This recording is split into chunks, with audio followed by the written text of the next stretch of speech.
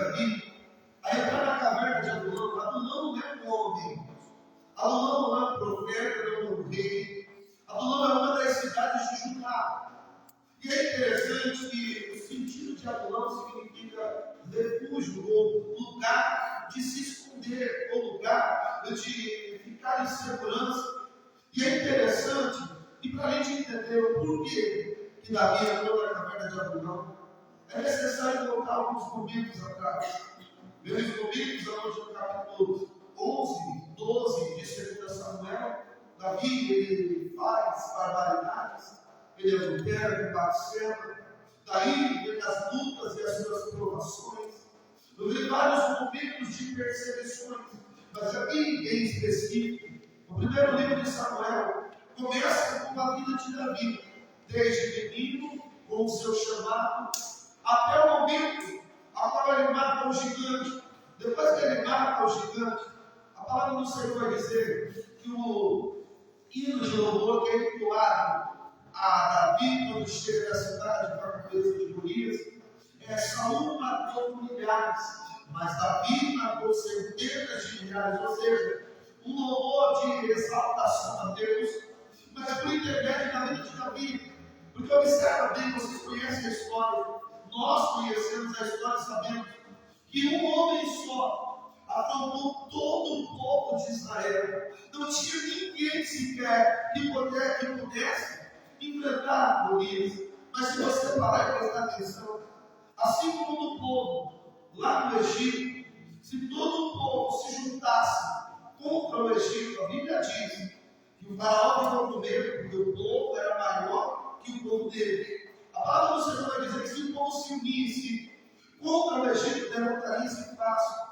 Se o povo de Israel e Judá se juntasse contra Golias, teria sido uma derrota fácil. Porém, o que adianta um povo grande se não tem uma liderança? O que adianta um povo grande se não tem uma cabeça que pensa, como o Paulo diz, que duas cabeças pensam mais que o que é verdade? Porém, tem que ter alguém seguro, tem que ter alguém que tenha pulso firme, que tenha uma palavra que diz: vamos para a frente, ou vamos para a esquerda, ou vamos para a direita, sem pestanejar, sem questionar, ou até mesmo sem duvidar. Quantas vezes eu e você, nos nossos corações, duvidamos?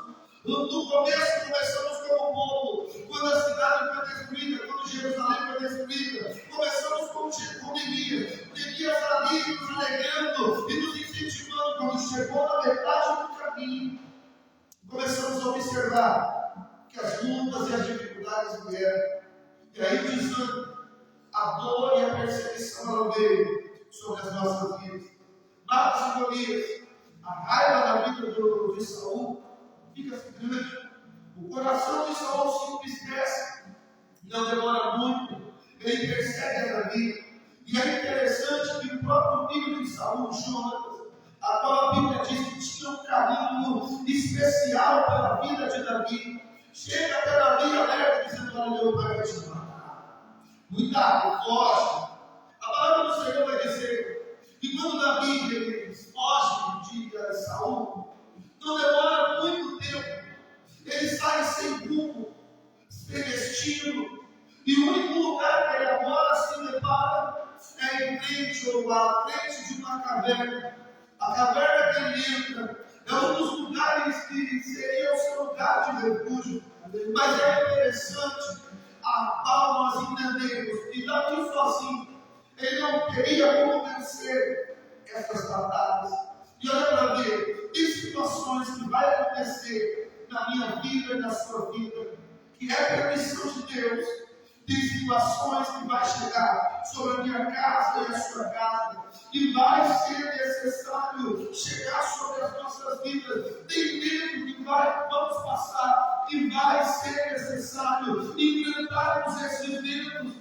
Não porque nós estamos no pecado, não porque nós estamos no erro, não porque Deus ele nos odeia, mas muitas vezes o tempo que vem da parte de Deus é para nos fortalecer, é para nos encher, é para mostrar para mim e para você que nós não estamos só. Aleluia! A palavra do Senhor vai dizer E agora Davi, quando ele está em direção à caverna, a sua trajetória não foi muito convincente, nem tão alegre, porque agora Davi se encontra fugindo. Todo o povo que estava ao seu lado virou as costas. E agora os únicos que encontram-se com Davi é um povo que ninguém dava nada. É um povo desmerecido financeiramente. É um povo que não era bem visto pela sociedade. Vamos trazer para os dias de hoje. Talvez eram prostitutas, drogados, assassinos, traficantes, homens cruéis, que ninguém da sociedade havia rejeitado. Mas quando Davi ele se depara com esses homens, ele vê que esses homens eles não têm só um passado ruim.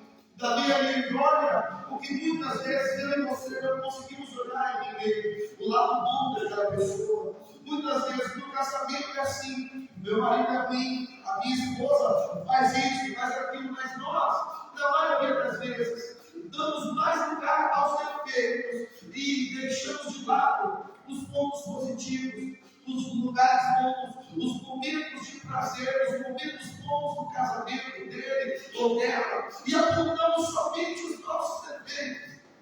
E eu tenho certeza que este homem, essa mulher que está ao seu lado, o filho, a filha, o marido, a esposa, o pai, a mãe, eles não têm só defeitos, mas nós somos feitos de sentimentos. Nós temos sentimentos que muitas das vezes passam do limite. Às vezes nós olhamos, tentamos fazer com jeito, mas acabamos pecando e errando de uma outra forma. Mas aqui, Davi, quando se depara com esses homens, é interessante que ele vai e olha de uma forma carinhosa, ele olha de uma forma que muitos de nós não olhamos. Em uma conversa com meu filho hoje, de 16 anos, você está na mesa, ele comentou algo que está acontecendo aí no meio nosso. E ele falou: pai, por que Deus mata toda essa raça? Aí eu falei: filho, sabe por que Deus mata? Sabe por que Deus ele ainda acredita em mim e em você? Porque o nosso Deus ele é amor, sim, ele é bom consumidor. Aí eu disse para ele: você sabe que você acha que Deus não sabe que ele já está condenado ao inferno, que vai subir, que vai descer? Deus ele criou o céu e a terra. Aí ele fala: mas por que ele não julga então? Eu falei: filho, porque Deus ainda acredita que você podemos mudar.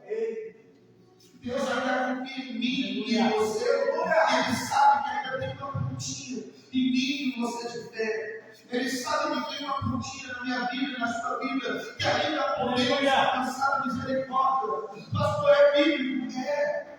Lá no dia da crucificação, Jesus não estava preso sozinho.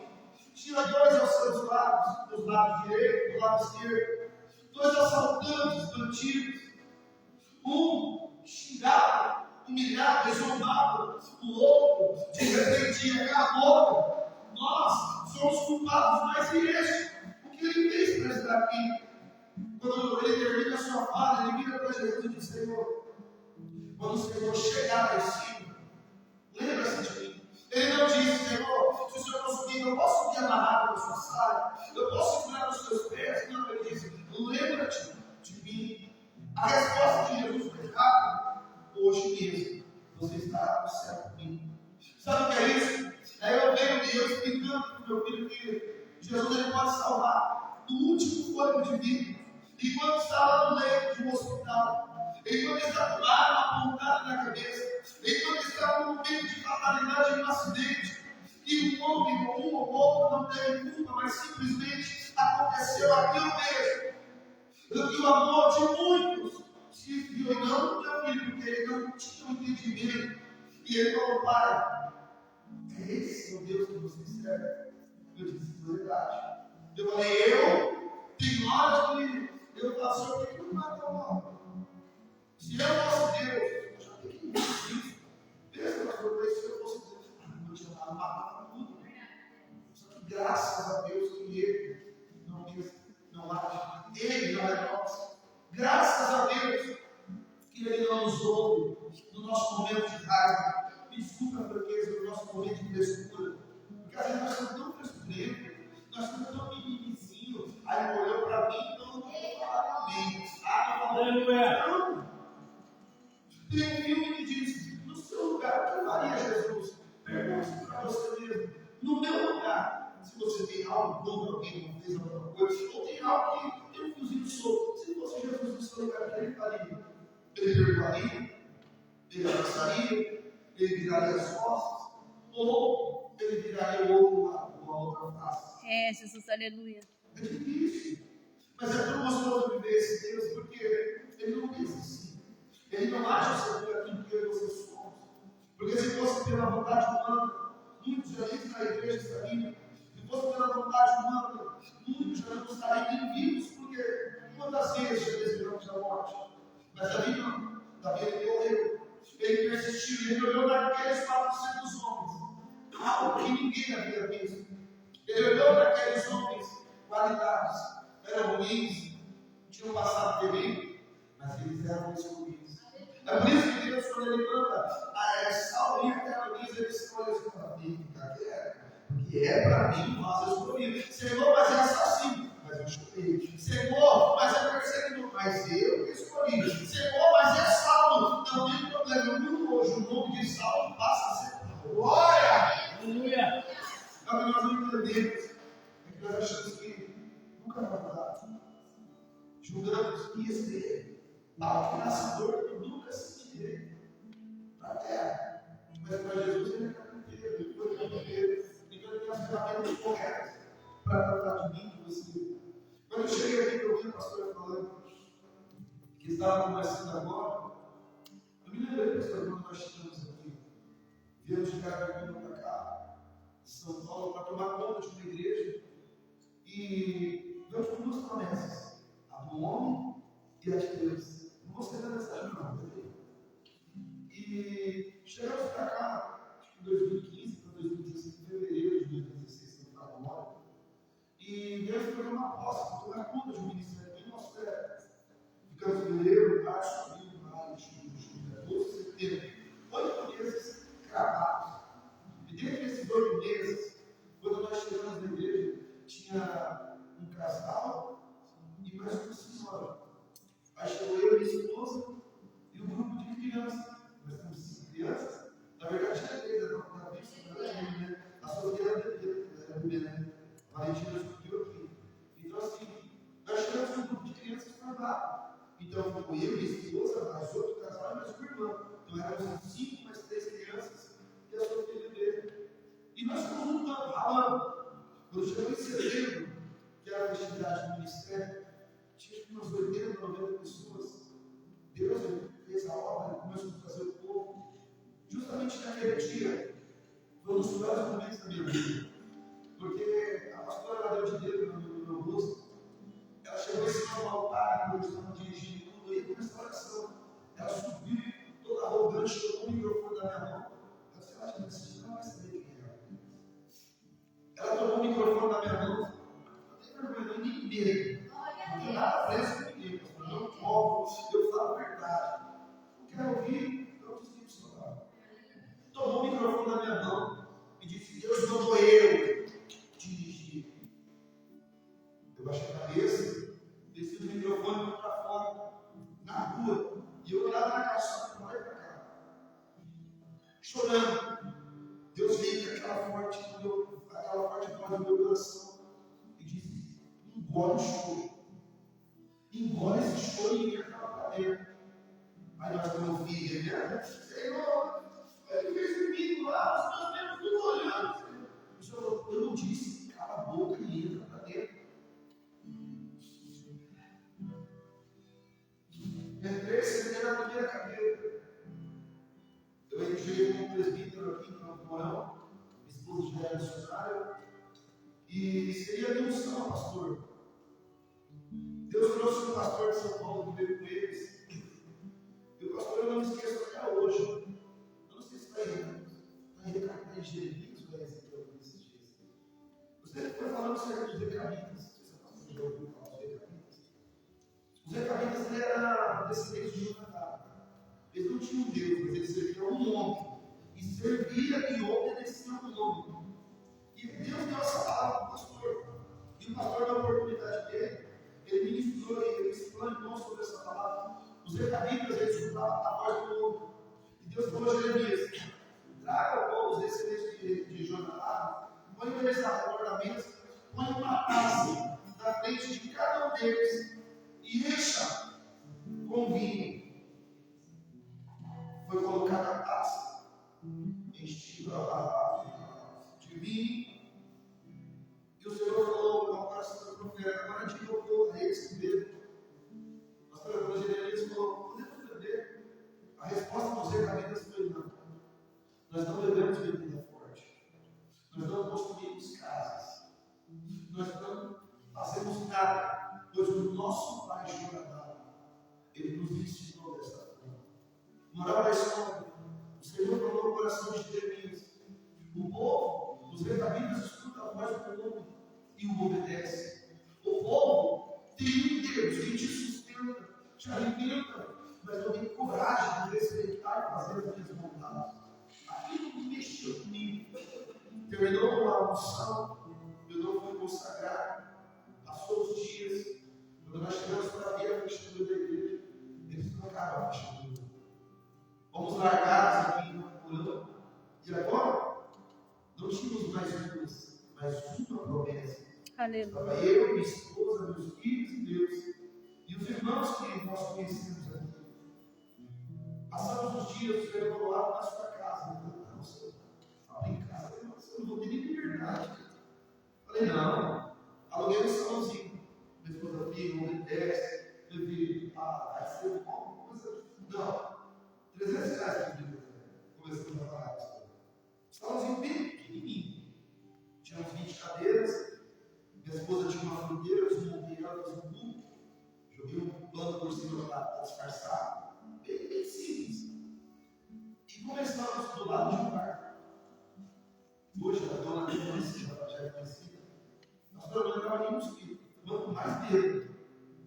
E trabalhando no mês, aguentamos ficar 3 meses. O Senhor falou assim: na sua casa. Na minha casa, nada mais, nada menos que era de frente ao centro de Macumba, da Pereira. Pensa num lugar que foi uma perseguição. Pensa numa luta. O neto dela, conhecido como Gugu, pastorzinho safado, sem vergonha de esmola. Quantas vezes dizia que ia bater os nossos filhos, dizia que ia furar o pneu do carro, e aí abrimos a nossa casa por conta de tudo. Fiz um telhadinho, nem se não sou construtor nem nada, Deus me deu sabedoria. Eu fiz aqui uma área assim, que era a área da lavanderia da minha esposa. Deus falou: agora você fez uma área, tudo bonitinho. Agora você tira o tanto daqui, porque aqui vão colocar as cadeiras que os irmãos vão sentar. Colocamos o público em cima da escada e fomos cultuando. Fomos cultuando. Deus foi cuidando. Teve dias, a maioria das vezes, o muro de casa era baixo dessa altura. Quando nós chegávamos, que abrimos o portão de cadeira jogado do lado de dentro. Nós, eu e minha esposa, não tínhamos Facebook, a única coisa que nós tínhamos era o WhatsApp. E quando nós chegávamos, só tinha internet em casa, não tinha condições. Aí chegava uma mensagem: pastor, passei na sua casa, não tinha ninguém, deixou as cadeiras. Quantas vezes isso passa? Aí, Deus cuidando, água, luz. E Deus foi fazendo a obra. Chegando no tempo, a casa ali ficou pequena. A minha esposa subiu para ir ao mercado, ela viu o salão. Fora das lutas, esse grupo, eu não terminei a parte dele, não vou colocar a palavra, não estou fugindo do horário. Só que é necessário você entender, pastor, a senhora entender que Deus não traz ninguém, Ele não coloca ninguém à toa, Ele não traz ninguém para um lugar assim. Passa o tempo que esse Gugu nos perseguia. Eu vou falar um apelido dele, depois eu vou falar o nome dele.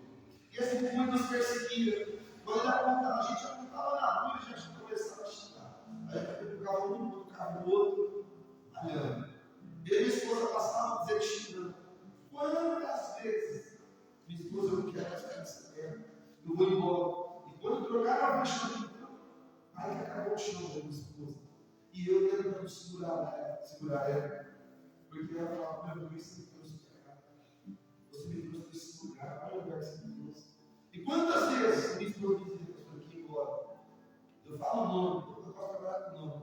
Deus me falava: pastor Eliezer, chegava lá em casa, ficava pisando de vermelho, cheio de com as coisas que ele vendia em cima. Aí, pastor Neves, ô, Mário, chega. Ele chegava e dizia, Deus mandou vir aqui orar. Eu falei, demorou, né? Quantas vezes Deus virava e falava com você? Que não era tempo de ir embora. Dolorido, né? Quantas vezes tentamos nos lembrar do ministério, tiramos a nossa placa da igreja, passamos algum tempo, o pastor olhou e não queria fazer do jeito de Deus. Deus deu uma palavra para nós. Não sou eu necessário. Porque teve que se aliançar a casa. 1 Crônicas, 2 Crônicas 17. 2 Crônicas 20, 23, no Senhor nosso Deus, creio nos seus profetas. E 2 Crônicas 17, não sou eu maior que o mundo. Muitas vezes a gente quer correr do nosso chamado. Na maioria das vezes a gente quer correr dos planos e dos projetos de Deus. Por quê? Achamos que não vai dar certo. Achamos que não vai ter jeito.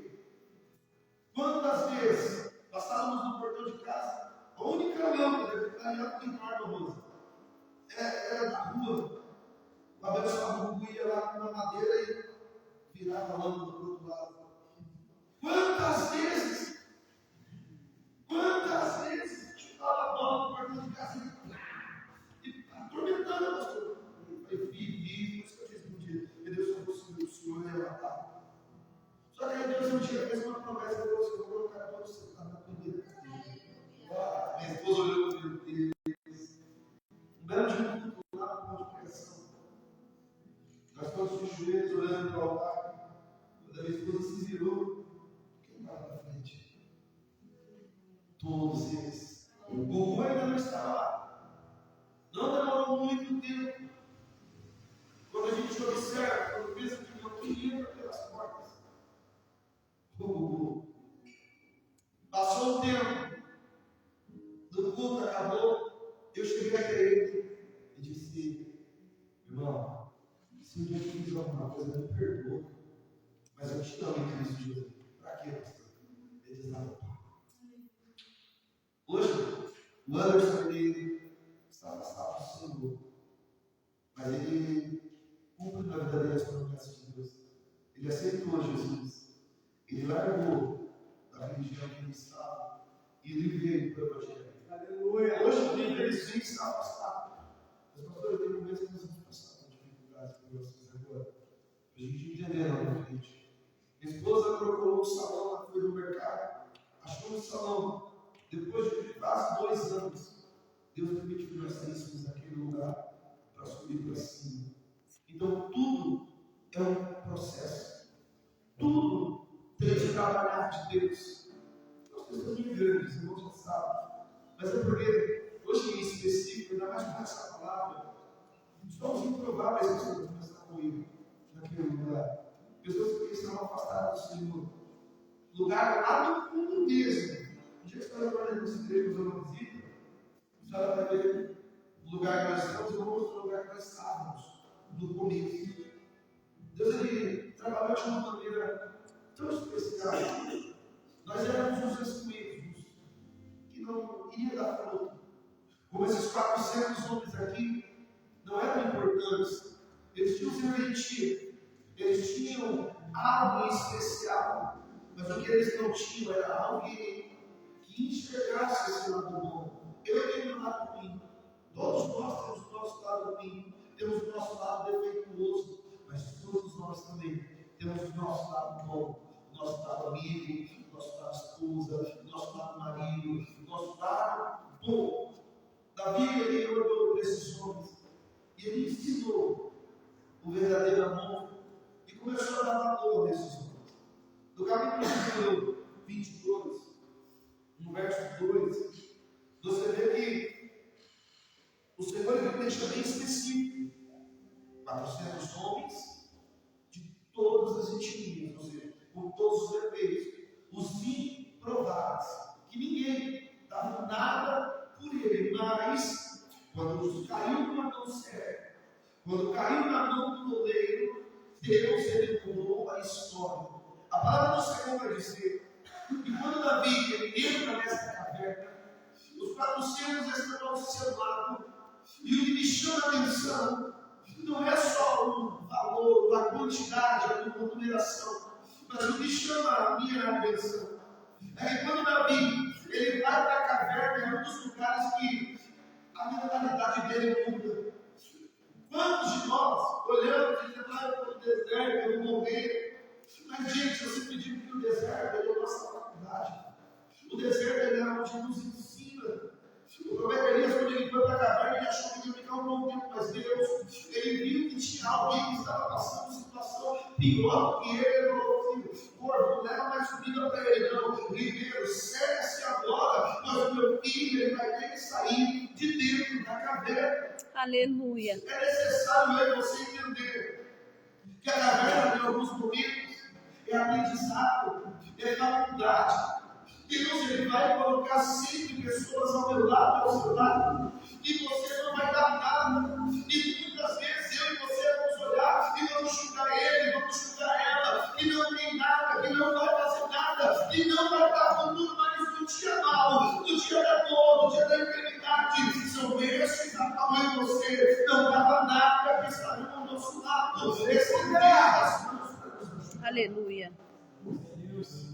É interessante que o Senhor nunca abandonou os teus. O Senhor nunca deixou de ouvir o clamor dele seu. Trocaram uma fechadura da maçaneta, mas Deus ele abriu uma porta maior. Aleluia. A palavra é a promessa que o homem cai por terra, mas o de Deus continua. Pastor, eu não sei se foi uma boa ideia vir para cá, entrar nessa empresa, abrir essa empresa, fazer isso, mudar disso, mudar daquilo. Eu não sei se foi uma boa ideia, não, se foi uma boa ideia, não. Mas se está nos planos e nos projetos de Deus, faça somente a vontade dele. Davi ele foi perseguido. Davi ele passou por tantos momentos de dor e sofrimento. Mas eu amo a história de Davi, porque com os seus erros e os seus pecados, Deus mudou a vida dele. Em Salmo 51, ele disse, eu cria em mim um coração puro, para que eles vejam que eu me tornei por causa disso. Aleluia. Sabe o que é isso? É Davi dizendo, Senhor, eu errei, lembra lá com Marcelo, eu pequei, eu fiz tanta baboseira, eu fiz tanta besteira. Eu sou motivo de chacota, eu sou motivo de zombaria, mas só o Senhor pode mudar a minha história. A palavra do Senhor vai dizer que as mensagens, que a vida, que a história de Davi, ela motiva a minha vida, a sua vida, ela vai motivar homens e mulheres a reconhecerem os próprios erros. Eles vão ensinar a mim e a você a acreditar por mais que os erros, por mais que o abandono, por mais que o pecado não aconteceu, não foi grande. Se eu e você nos humilharmos verdadeiramente na presença do Todo-Poderoso, Ele muda a nossa história. Aleluia, Deus. É lindo porque o Salmo 139 ele diz, Senhor, se eu for mais profundo dos oceanos, o Senhor vai estar perto. Senhor, se eu subir mais alto no céu, lá o Senhor também está. Senhor, se eu for para o outro lado do mundo, lá o Senhor também estará. Senhor, olha, se eu sair daqui e for para o Senhor também estará. Senhor, se eu pensar, o Senhor já sabe o que eu vou pensar. Quando eu ouço a história de Joel dizendo, Senhor, um dia eu ouvia falar do Senhor, mas hoje o meu olho vê. É Jó dizendo, Senhor, eu tinha tudo, eu tinha dinheiro, carro, casa, eu ouvia falar que o Senhor curava, que o Senhor salvava, que o Senhor libertava, mas hoje eu estou experimentando na minha pele. Eu estou vivendo isso, que os meus olhos estão vendo que o Senhor não é Deus de engano, o Senhor é Deus de provisão, o Senhor é Deus de mudança, o Senhor é Deus de cura, o Senhor é Deus de transformação. Não pode me tirar tudo do mim. Como eu vou voltar?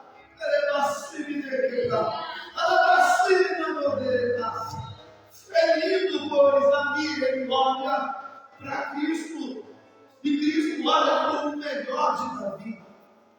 A palavra do Senhor vai dizer Davi ele tem a oportunidade de descontar o que Saul fez com ele. Davi ele tem a oportunidade, pois Davi se esconde.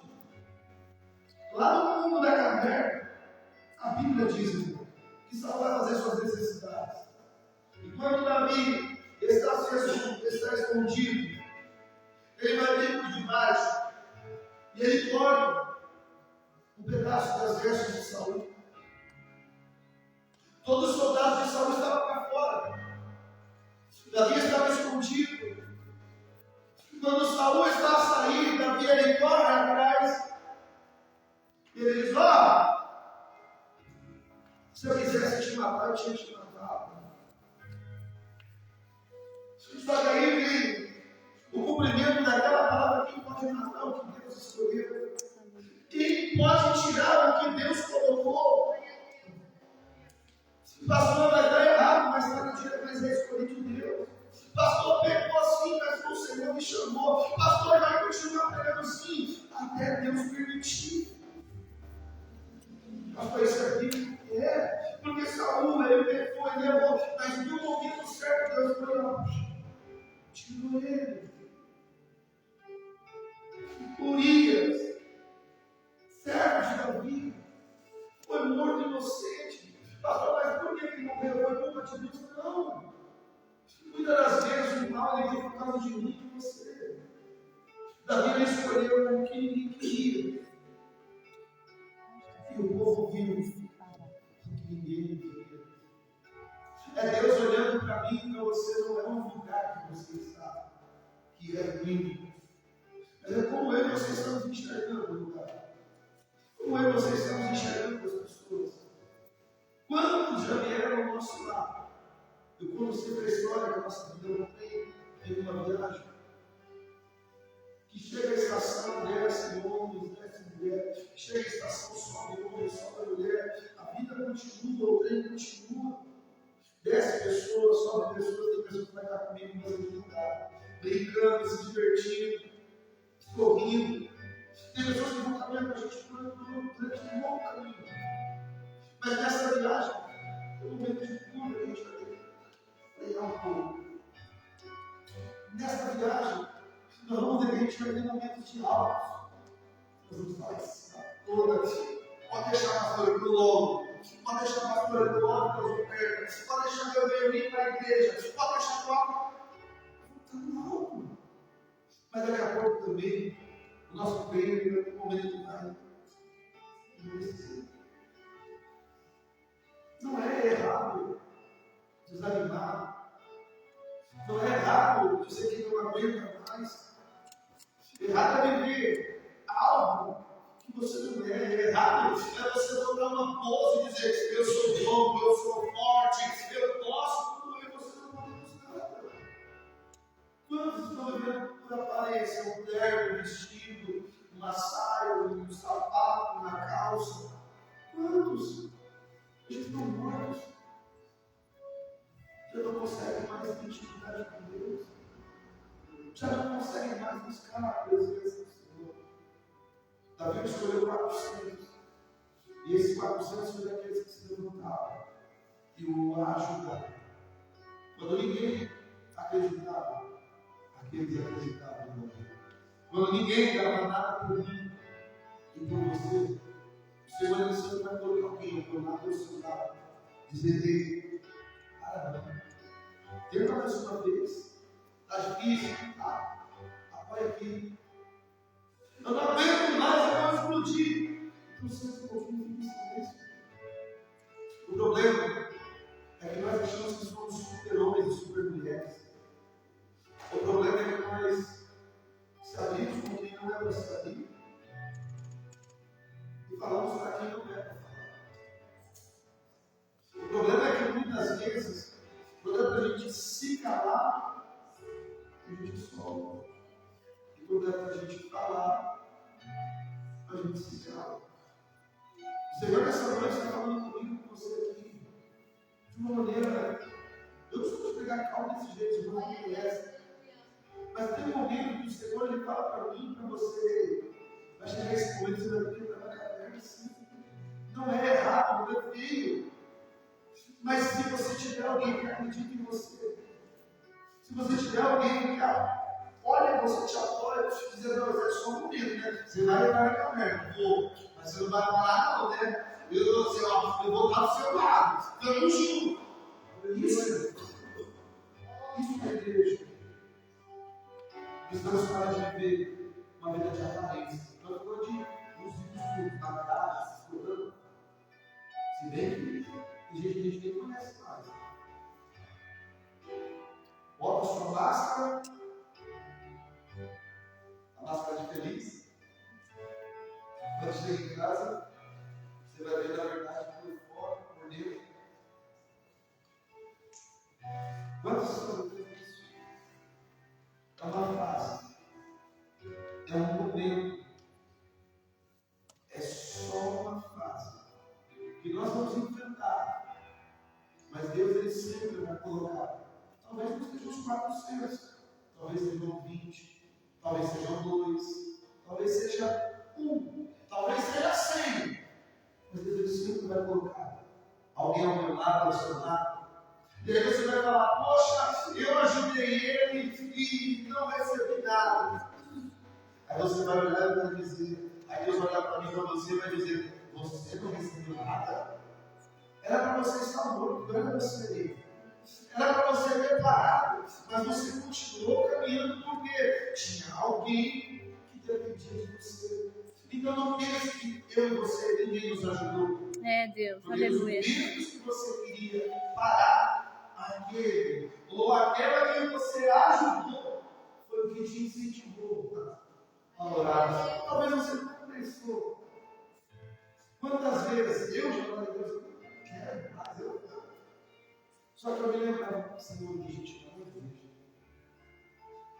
Tem gente que vai lá, precisa ouvir uma palavra, você ouviu. Um dia minha esposa falou uma palavra que é desse jeito, curadas para curar. Às vezes a gente abraça, querendo uma oração. Às vezes a gente fala que Deus cura, mas querendo que Deus cura a gente. Às vezes a gente fala que Deus vai falar lá comigo, mas eu preciso ir lá em casa. Eu preciso precisando lá em casa. Verdade, Deus. Aí Deus faz a gente, Deus, por que o Senhor faz lá e não faz aqui? O Senhor falou, o que o Senhor está fazendo lá? Isso é só para você ver, que a qualquer momento o teu milagre vai chegar.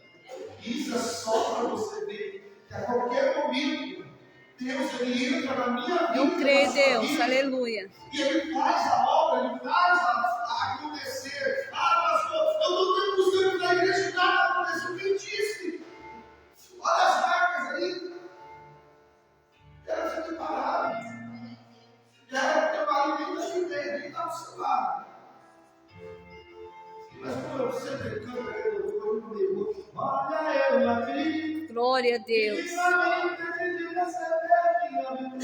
Você não deixou se endurecer. Você segurou, se agarrou, se juntou em alguém com todas as suas forças. E não parou. Pastor, Deus, conte com a gente. Agora fala primeiro. Nós não temos nem prato nem ouro. Nós queremos identidade. É Cristo. De que precisar, conte com a gente.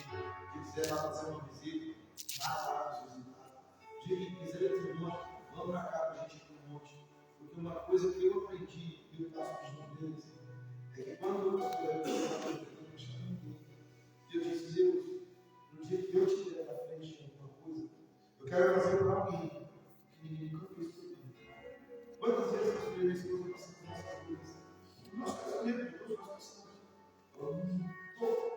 Lá atrás, meu Deus, eu preciso de alguém chegar aos nossos pastores e nada. Vou orar, se Deus permitir, nós vamos. Pastor, não é para semana, é para agora.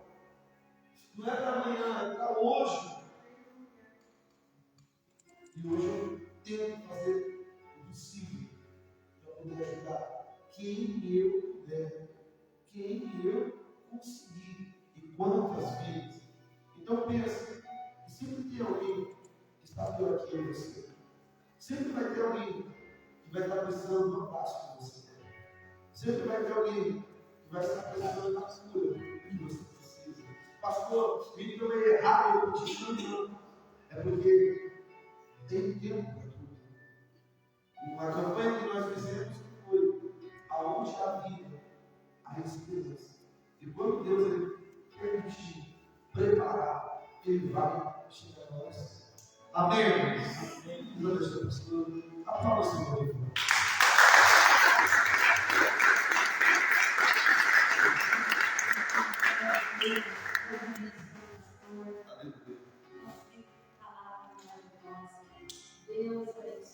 Aleluia.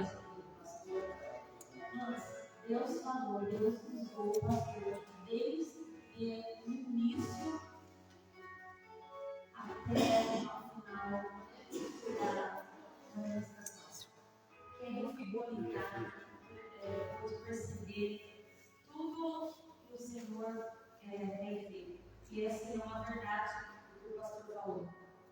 A gente tem que ter muito cuidado com as coisas que a gente fala, com quem a gente fala, com quem a gente comenta. Às vezes a gente pensa que está falando para a pessoa certa e nós não estamos falando. Às vezes nós estamos abrindo o coração para a pessoa, a pessoa está perto da gente. A pessoa está perto agora, está perto amanhã. Hoje ele tem um amigo, só até hoje, amanhã ele vai ser um amigo. Aleluia. Hoje também na sua casa comigo na tua mesa. Amanhã eu está vomitando na mesa de outra pessoa que comeu na tua mesa hoje. Vamos fazer, agora dia 6 de junho, vai fazer 5 anos que nós estamos aqui no Paraná. Nós também viemos do estado de São Paulo. E eu já passei uma